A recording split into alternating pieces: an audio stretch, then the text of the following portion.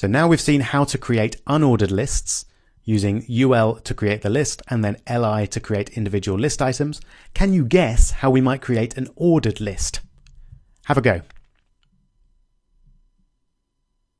I hope you guessed right.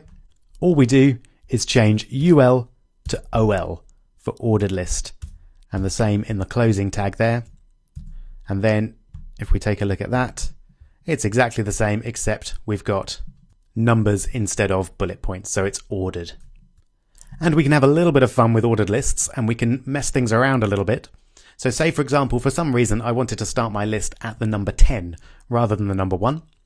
I can use an extra attribute, as it's known, in my OL tag to set the start value.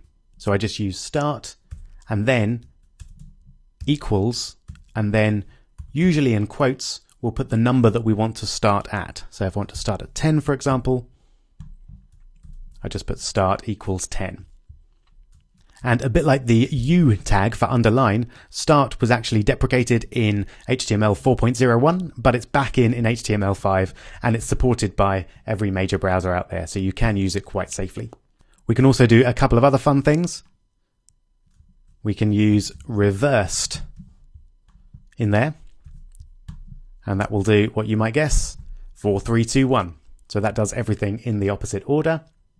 And finally, we can specify the type of ordered list that we want. And there's a few type options.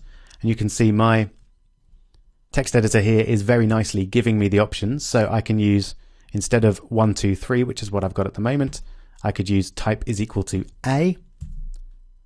And that will then, if I save it, give me A, B, C, D. Let's look at the other type options.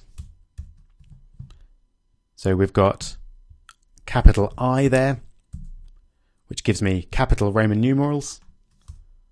There's small I as well, which gives us small Roman numerals. And finally, we've got small a, which gives us A, B, C, D.